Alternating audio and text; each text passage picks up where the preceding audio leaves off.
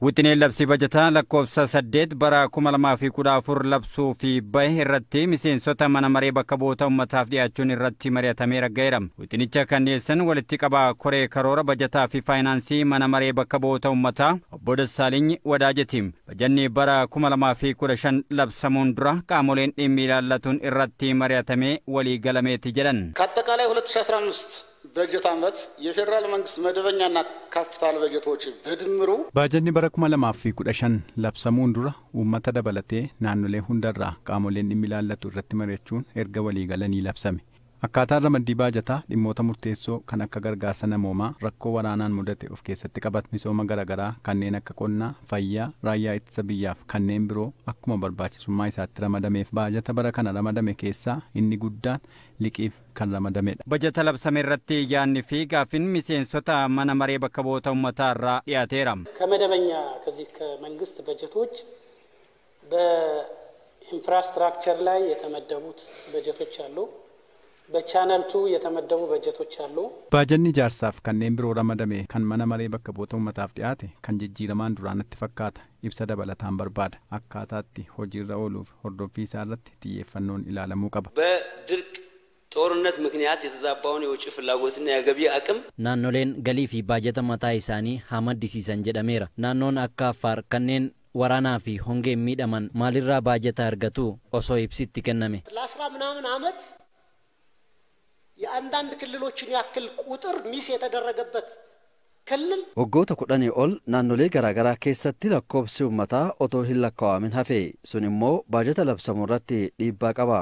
Manni maree federeeshinii otoma dhimmicha beeku sirreessuu hin barbaadu isarratti akka ibsi kennamu barbaada. Gaafii fi yaada dhimmicha irratti miseensota mana maree bakka bu'oota ummataa irraa kaaniifis ministeerri muummee Itoophiyaa Dr. Abiy Ahmed deebii kennaniiru. ይህ ምክር ቤት ፌዴሬሽን ምክር ቤት የመገምገም ስልጣን የለውም። ቀመር ለምን እንደዚህ ያላወጣም ለምን እንደዚህ ያልገመገመም የሚል አንኮንስቲቱሽናል ኢማ ባጀታስ ተኤ ካምብሮረቲ ማኒ መሬ ፌዴሬሽኒ ማና መሬ bakka bu'oota ummata madaaluu fi qorachuu hin danda'u seerri sana hin jedhum ummata bakka bu'e waan ta'eef. Gaafii miseensota mana maricharraa lakkoofsi ummataa sirriin hin lakkaa'amne bajanni ramadames kan hunda giddu galeessa godhate miti jechuun gaafatan irrattis deebii itti aanu kennan Dr. Abiy. ከቀመር ጋር ተያይዞ ምክር ቤት ቀመር ላይ ይብሎ ስተት ነው። ህዝብ ቆጠራ ተደርጎ በዚያ መሰረት አልተሻሻለም ህጉ እንጂ በጣም በርካታ ሪፎርሞች ሰርቷል። lakkoofsi ummataas lakkaawame kan jedhamus dogoggora akkuma fakkeenyaatti uummanni lakkaa'ame riiformiiwwan hedduun gaggeeffame jijjiirama baay'eetu dhufe. Waa'ee lakkoofsa ummataas kan mormu miseensota abini dhimma lakkoofsa uummataa akka sirraa'u biiroo itti aanaa ministeera muummeetti isin waamnee mari'annee walii gallee ture. Lakkoofsi uummataa bakka lakkaa'uun barbaachisetti ni lakkaa'ama. Akka waan keessa hin beeknetti gara tokkotti fakkeessanii haasa'uun hin barbaachisu.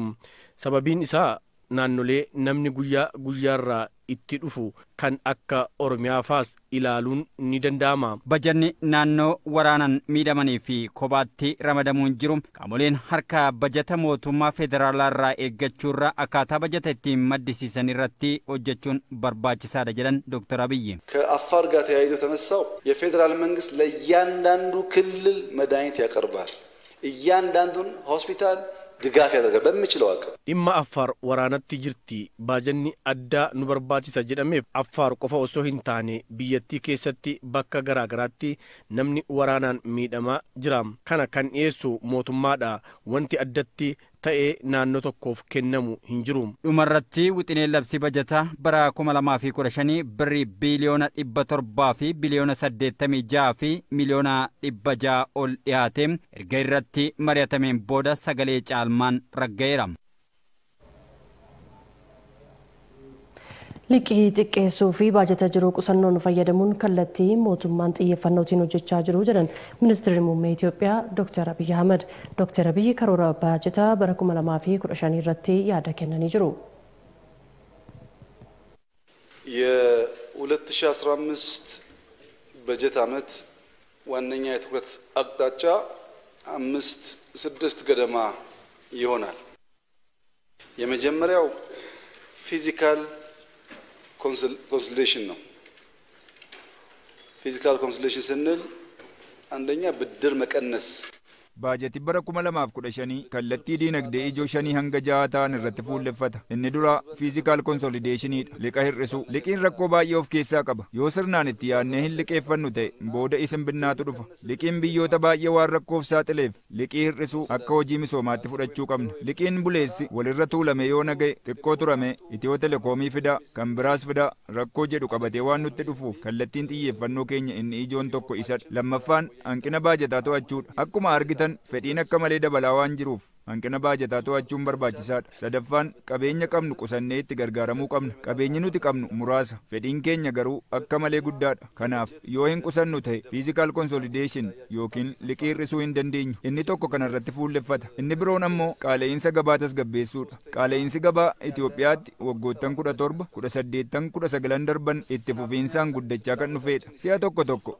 guddinnis rakkoon akkasii akka mudatuuf sababa ta'a. Waggoottan 2-3 darban qaala'insa gabaa tasgabbeessuuf osoo hin hojjetamne ta'e waraana keessa turre weerara COVID-19 wal waraansa baatii muraasaan as Raashiyaa fi Yuukireen gidduutti mudateen wal qabatee rakkoo baay'ee guddaa ta'etu nu mudata ture. Ta'us dursinee to'achuuf yaaliin waan taasifameef guutumaan guutuutti ta'uu baatus haga tokko nu gargaareera. Ammas qaala'insa gabaa haga tokko to'achuu fi lammiilee harka qalleeyyii deeggaruuf mootummaan xiyyeeffannoo kennee hojjechuu qaba. Maloota kanaaf gargaaran keessaa inni dura bulchiinsa baajetaa sirriitti to'achuu qaba. Maallaqni karaa malee diinagdee keessa yoo faca'e rakkoon nutti fidu waan jiruuf bulchiinsa maallaqaa sirriitti to'achuu qabna. Kun isiniifis hojii ijoo ta'uu qaba. Lammaffaan oomishaaf oomishtummaa dabaluu qabna. Hojii ajaa'ibaa qonna irratti eegalle itti fufsiisuu qabna. Hundi keessanuu golee biyyattii hundaarraa waan walitti qabamtaniif hojii qonna irratti hojjetamaa jiru ni beeka. Ammuma wayita nuti as teenyee mari'annu kanallee paampota bishaanii 20,000tti siqan wal quunnamsiisaa jirra. Oomishaaf oomishtummaa dabaluu irratti hojii eegalle paampota bishaanii baay'isuun itti fayyadama bishaanii yoo sirnaa fi bal'inaan hojiirra oolchine bal'inaan oomishnee gabaa tasgabbeessuuf nu gargaara. Baajetichi dhimma kana akka ijootti fudhata. Sadaffaan pirojektoota xumuruudha. Pirojektiin seeraan ala yoo harkifatan diinagdee guddisanii miidhu. Waa'ee pirojektii wayita dubbannu kan hidha keenyaa dabalatee kanneen biliyoonotaan lakkaa'amanidha. Kanaaf hundi isaanii dafanii xumuramuu qabu. Afuraffaan kan manca'e deebisanii misoomsuu fi deeggarsa namoomaati. Namoota qeerraa buqqa'an kan miidhaman mootummaanis ta'e dhaabbileen dhuunfaa hanga humni hayyame deebisanii dandamachiisuun xiyyeeffannoo baajatichaa keessaa tokko. Shanaffaan nageenyaa fi tasgabbii biyyaa eegsisuudha. Biyya keenya diiguuf aggaammii hedduun waan mul'atuuf dhaabbilee cimsuun hin barbaachisa. Kana waan ta'eef humna qabnu hundaan imala misoomaa eegalle cimsinee itti fufuu qabna. Waggaa darbes haala rakkisaa keessa taane guddina diinagdee poozitiivii ta'e galmeessuu dandeenyeerra. Ammas biyyoota Afriikaa guddina diinagdee fooyyee agarsiisan keessaa Itoophiyaan biyya tarree jalqabaa irratti argamtu akka taate dhaabbileen faayinaansii idilaa addunyaa kan mirkaneessanidha. Haalli waliigalaa kan itti beekamu fulbaana irratti ta'us guddinni fooyyee ni eegama. Kanarraa ka'uun galii nuti hanga xumura caamsaatti yookiin baatii 11tti walitti qabuuf karoorfanne biliyoona 300 fi biliyoona 30 walitti qabuu ture. Baatii 11 keessatti kan nuti milkeessine biliyoona 300 fi biliyoona 9. Karoora keenya keessaa harka 93 sassaabuu dandeenyeerra. Kun kan bara darbe waqtii wal fakkaatu waliin yoo wal bira qabnee ilaallu galiin keenya harka 19.4 yookiin biliyoona 50 caalmaa qaba. Isayyuu waajjirri galii keenya walitti qabuuf hundeeffaman haala rakkisaa keessa osoo jiraniiti. Jijjiiramni kun akka dhufuuf hojjettoonni galii walitti qaban kutannoon waan hojjetaniif galatatu malaaf. Gaafa akkas jennu malaammaltummaan hafeera jechuu keenya miti. Lammaffaan daldaaltonni keenya guutummaatti ta'uu baatus galii mootummaa kaffaluuf kaka'umsi agarsiisan fooyyee ta'us cimee itti fufuu qaba. Ji'oottan 11 darban kana keessatti garuu baasiin nuti baafne biliyoona 500tti siqa. Biliyoona 100 fi biliyoona 91 garaagarummaa qaba jechuudha. Kana sirriitti fooyyessuu qabna. Dhimmoota baasiin keenya akka dabalu taasisan keessaa inni hangafti idaadha. Bara kana idaa doolaara biliyoona 1 fi tuqaa 7 kaffale.